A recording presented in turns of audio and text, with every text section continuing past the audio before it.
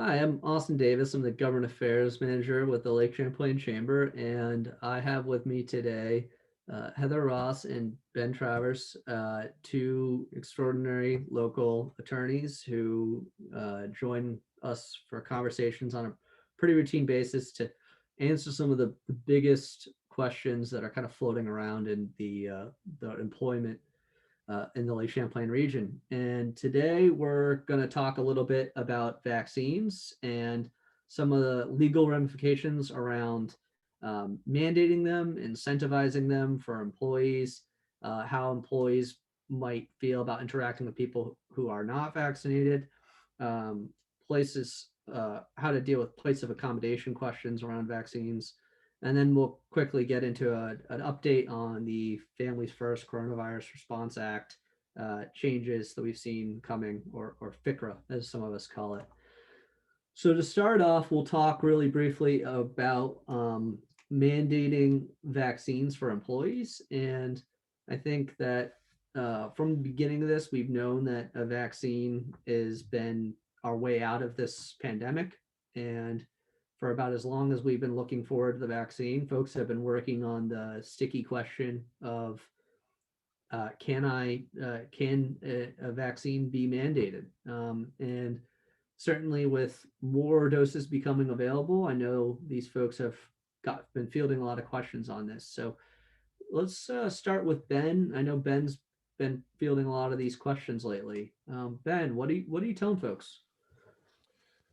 Thanks, Austin, and thanks to you and the Chamber for having both Heather and I back again. I'm still working from home, and so if folks hear any ambient noise from a 5 and 3-year-old in the background, I will admit this is take 2 of our recording because of some of that last go around, so apologies in advance. But yes, both Heather and I would say that as this vaccine has become more and more available to additional Vermonters, have been fielding more questions from employers as to the extent to which they can or cannot require that their employees be vaccinated. And the answer to that is complicated and depends on, I would say, in large part, which industry you're in, at least with respect to like how practical it is for you to implement a policy like this. But generally speaking, in broad strokes, the U.S. Equal Employment Opportunity Commission, the EEOC, has come out, and the Attorney General's Office of Vermont has said that they will follow this EEOC guidance that provides that employers can mandate that their employees receive the COVID-19 vaccine.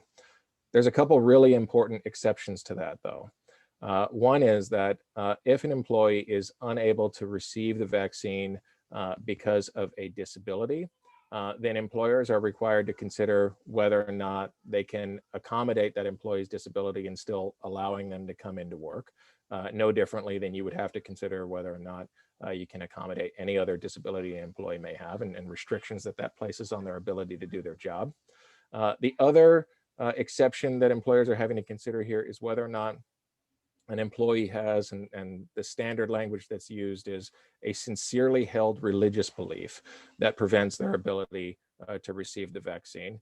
And if you look at the statutes, there's some different language on how you go about it, but again, in broad strokes, the accommodation analysis that you have to undergo for an employee claiming a sincerely held religious belief is pretty similar to that which you have to undergo with an employee who's claiming a disability, which is that you have to engage that employee in an interactive process, a dialogue to determine the extent to which they have these restrictions, and again, whether or not there's any reasonable accommodation that can be provided. So that gets us into some of the difficult question around incentivizing a vaccine, because if someone has a disability or a sincerely held religious belief that precludes them from having the vaccine, and then you want to incentivize it, that might be an issue. So Heather, I understand you kind of looked at the issue of incentivizing vaccination a little bit, and what are you finding? Yeah, thanks, Austin. So we are having some employers who are asking, hey, what if we don't want to have a mandatory vaccination program for a number of reasons, including the sort of pitfalls that the law outlines, that certain people may not be able to be vaccinated because of a particular medical condition they have, and does that qualify as a disability? Certain people may not want to be vaccinated because of a sincerely held religious belief. Certain people may not want to be vaccinated due to pregnancy, which is not a disability under Vermont law, but treating somebody differently because of their pregnancy can be a form of sex discrimination. So employers may hear from employees who are pregnant or who are just skeptical about the vaccination, because these only have been approved, as we know, on this emergency kind of basis. Some employers have said, I don't, given the industry that I'm in, feel comfortable mandating it and navigating these pitfalls. I would be more comfortable trying to incentivize people, our employees, to be vaccinated. And so what am I allowed to do in that respect? So in particular, I've had employers say, local employers say, that they're seeing in the national news that national companies are planning to give people extra days off after the vaccination, or cash bonuses if you get vaccinated. And so employers have asked, what kind of incentives are we allowed to do? And the EEOC has given us some guidance about this as well. Their guidance has been that if you want to encourage but not require people to be vaccinated, you need to be careful in that you are only giving those people, incentivizing them, so to speak, a de minimis benefit. The EEOC has not been clear what a de minimis benefit means or is. They have expressed the concern that if an employer gives more than a de minimis benefit, let's say, for example, an employer gives extra CTO time, meaning a day or two after the vaccination, that the argument could be that a person with a disability or sincerely held religious belief who does not get vaccinated is not afforded extra CTO time of a meaningful nature solely because of their disability or religion, and that would be problematic. So again, we don't know exactly what de minimis means. It hasn't been defined. I think there's a sense that certainly flexibility for time off to actually get a vaccine is a de minimis benefit. The idea of a gift card, a small value kind of lunch, gift card for lunch or coffee would probably safely fall into the de minimis category. But I think the ideas of, significant additional time off or cash bonuses may not be what the EEOC has in mind when it says de minimis. Gotcha. So Heather, you were just saying that it might not be practical in certain industries. And Ben, I believe you've been working with folks who found it not practical. Do you care to elaborate a little bit more on what that might mean? Sure. I mean, there are some industries where the vaccine is already readily available to all of your employees. So take businesses that are in the healthcare industry, for example. Most of your employees are already going to have access to the vaccine. Hopefully you have just a few numbers of employees who perhaps have not received it as of yet. And so to the extent you choose to implement a mandatory vaccination policy, you would only have to be working with that small group of folks who haven't received the vaccine yet to, make a determination as to have you received it? If not, is there some accommodation that you're requesting? For, I would say, most employers in the state, at least at this point in time, the vaccine, as Heather just mentioned, isn't available quite yet to a whole group of folks. And we expect that the COVID vaccine as well is not going to be a vaccine like the flu vaccine, for example, where many employers are able to bring clinics into their office where you have the vaccine done right there. This is something that's going to be done out of vaccination sites. And so when I talked about practicalities, for most employers to implement a mandatory vaccination policy, you're going to have to get that policy out to your employees. And then there's going to be time involved with having to inquire into your entire workforce. Have you received the vaccine? For those folks who are requesting an accommodation, there's a lot of time that's involved, particularly among human resources professionals, to determine whether or not an accommodation is or is not available to an employee who has a disability or sincerely held religious belief. And then the other thing you have to consider is that if an employee, for some of the other preferences or reasons that Heather was just mentioning, does not want to receive the vaccine, and you've implemented a mandatory policy, then what that means for you is that you're going to have to terminate that employee. So these are considerations that employers need to bring into play in deciding, is it really practical for this company to implement a mandatory policy? And I think for many employers, the answer to that question is going to be no. I know that it perhaps sounds nice, and in a perfect world, of course, we're all vaccinated and we're back in our offices sooner rather than later.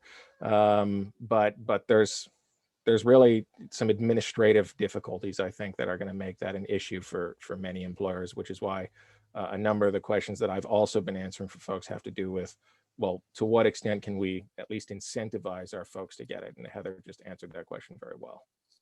Awesome. So I guess, Heather, as we're coming into a situation where we'll have employees who are vaccinated, who then might not feel comfortable working or rendering service to folks who are unvaccinated, that can be a potential area of difficulty for employers. What are your thoughts on that? I can foresee some concern or consternation or questions raised by employees to their employers once the vaccine is more widespread and available, and we get to a place where if you want to be vaccinated, you can be. I can foresee at that point that those, for example, who are in a service industry and really have a lot of contact with customers or guests, employees may have some hesitation about working with, or express some hesitation about working with guests or customers who are not vaccinated. And employers need to be really careful and mindful about that because it raises issues of why it raises potential issues about, are you treating somebody differently in a place of public accommodation based on something that might be a protected status? So if your guest can't get a vaccine because of a medical condition that qualifies as a disability, or because of a sincerely held religious belief, and your place of business or your employee is not willing to serve that person, there could be some real problems there for you as an employer. I think that the best way for employers to deal with that is simply to anticipate those issues in advance and be prepared for how they will service guests and customers under those circumstances. Have a plan for how they can assure their employees a measure of safety interacting with unvaccinated guests. And we have good precedent to look at, right? We've been doing that for the past year in terms of distance and hand washing and mask wearing and those kinds of protective measures. So it will be a good thing to remember and for employers to remind employees that those measures can still be adequate ways to interact with unvaccinated customers. I think that brings up an important point around places of public accommodation. I think specifically right now we look at the lodging sector, and they're in a situation where there are still travel restrictions in our state, some of the strictest in the country. And recently there's been a change to travel restrictions that allows for vaccinated people, as long as they've had the vaccine with it for 2 weeks, to come and visit the state of Vermont. And that puts employers in a place, specifically lodging establishments in a place where they need to ask, are you vaccinated, to a potential guest. And I guess I would say that I've heard some hesitancy from some of these lodging establishments where they wonder, am I allowed to ask these people even this kind of almost personal health question about, are they vaccinated? What would you say to that, Heather? Yeah, it's a great question. So the answer to that question, I think is pretty clear that yes, you are allowed to ask a guest the simple question of, have you been vaccinated? Yes or no. It would not be appropriate to dig any further if the answer is no into why have you had the opportunity. I thought in the state that you're coming from, it would have been made available to everyone at this point. None of those conversations would be appropriate. It's a yes or no. And if the answer is no, again, you want to be thinking about, as a lodging establishment, the other accommodations that can be put in place for that guest. Lodging establishments have been making those kind of accommodations for the last 10 months or so. So there are ways to have safety measures that can work with guests that have not been vaccinated, including all of the personal protective equipment, and not having those rooms cleaned during the guest stay and having sufficient ventilation. Really, it's back to all of the things that we've been doing to deal with this problem thus far.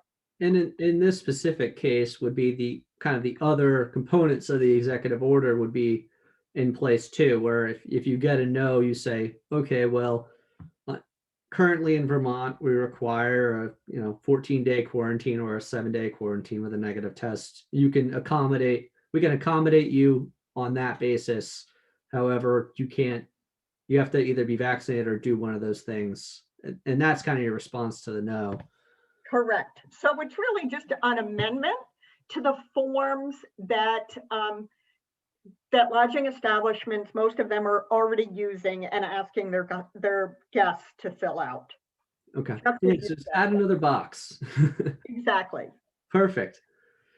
So I guess we'll just kind of close this out, unless anyone has any other thoughts on vaccines, and kind of just the mandating and the inquiring and the whole host of I feel like we could probably talk for hours on just all of the different aspects of vaccines. But Ben, you've been following a little bit some of the changes to the Families First Coronavirus Response Act, or FPCRA, that have come through in subsequent and the Consolidated Appropriations Act at the beginning of this year, and some more in a package moving through in budget reconciliation. Actually, as we're filming this, do you want to give a quick update on some of those changes?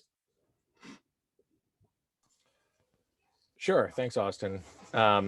So as most employers are probably familiar with by now, the FFCRA came about last year, obviously in response to the onset of the pandemic. And many provisions were included within that, including 2 weeks of emergency paid sick leave for folks who are seeking diagnosis of COVID or are suffering symptoms of COVID, among other reasons. And then up to 12 weeks of expanded FMLA leave for parents of children whose school or place of care is closed because of public health related reasons. And the leave that was extended here was paid leave that employers would forward to employees that would then be reimbursable by the federal government through a payroll tax credit. And this law applied to all employers for the most part with less than 500 employees. That was a mandatory benefit that those employers were required to provide to employees through December 31st of last year. The last amendment to this law was this past September. And what that said is that employers may choose to continue to extend this benefit. And if they choose to extend it, that they would continue to receive reimbursement through payroll tax credit through March 31st of this year. So unless a change is made to the FFCRA program, even for those employers that have chosen to continue this benefit, it's going to sunset on March 31st. But as you mentioned, the America Rescue Plan, which is now being considered by the US Senate, which passed out of the House, and they're working things out as we record this at the moment. There are a number of provisions in there which would make further tweaks to the FFCRA benefits that were made available previously. We don't know where those are going to end up yet. So to the extent I mention a couple things here, folks shouldn't take those to heart quite yet. We'll figure out what's in the final bill. But just to give folks a heads up, for example, there's some consideration that they would remove the 500 employee cap, and that this is a benefit that all employers, regardless of their size, would have to offer their employees. There's been exceptions in the past for healthcare employers as well. There's been some discussion about removing that exception such that healthcare employers would have to provide employees with this benefit too. Of course, at this point, in those areas where schools and places of care have been closed for an extended period of time, I suspect that some employees have exhausted their 12 weeks of time that was available to them. There's some discussion about expanding that 12 weeks further out, such that employees who have exhausted that time or are getting close to it would be able to tap back into it again. So there are multiple considerations that are out there. There's discussion about extending these benefits all the way out to September of this year. And of course, right now it's optional. There's provisions in the bill that would make this mandatory again for employers. So I do expect that whatever version of this bill is passed, there will be paid leave provisions in there that employers will have to stay tuned into and that are going to have an impact. We're just staying tuned ourselves to figure out what we'll have to advise employers. And so stand by. I expect we'll be having another one of these discussions, Austin, to go over it soon enough. I expect we certainly will. And, to a large extent, FPCRA has been very, very helpful to employers who otherwise might need to find other ways to provide leave to their employees. And, we've seen with, similar structures created within the state's unemployment insurance system. However, it can be beneficial for employers such as reimbursable employers or others to kind of bypass the unemployment system and use FPCRA as it has a more preferable reimbursement. So really excited to see what comes of that and sit down with all of you folks again and maybe a few other folks and chat about what comes of that when we get the final draft. Is there anything else folks want to add?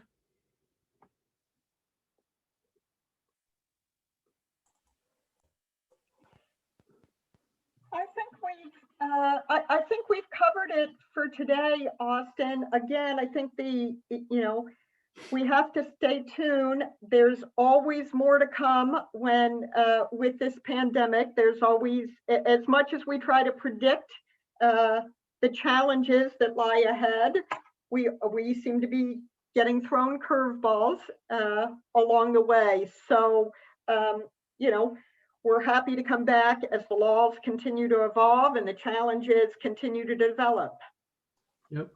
I guess all I would say, Austin, is that of course, Heather and I are only able to provide a general overview here, but in the law, there's no one size fits all approach for every employer. So of course, if anyone watching this has additional questions, I'm at Downs, Rackland, Martin, and can be reached there. Heather is at Sheehy, Furlong, and Beam.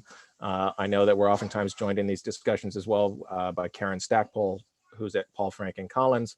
And so if anyone has follow-up questions, in addition to, I know the resources that the chamber has available, any one of us would be happy to field any additional questions that folks have. Thank you. And we're incredibly grateful at the Lake Champlain Chamber for the time and energy you folks donate on behalf of, just the larger employment community, and conversations like this and the guidance you folks repeatedly give. So thank you for your time and just a great overview of these large, difficult questions to manage. And if folks have any other questions, they can reach out to them, and the links we'll have in the blog post associated with this video. Thank you. Thanks, Austin.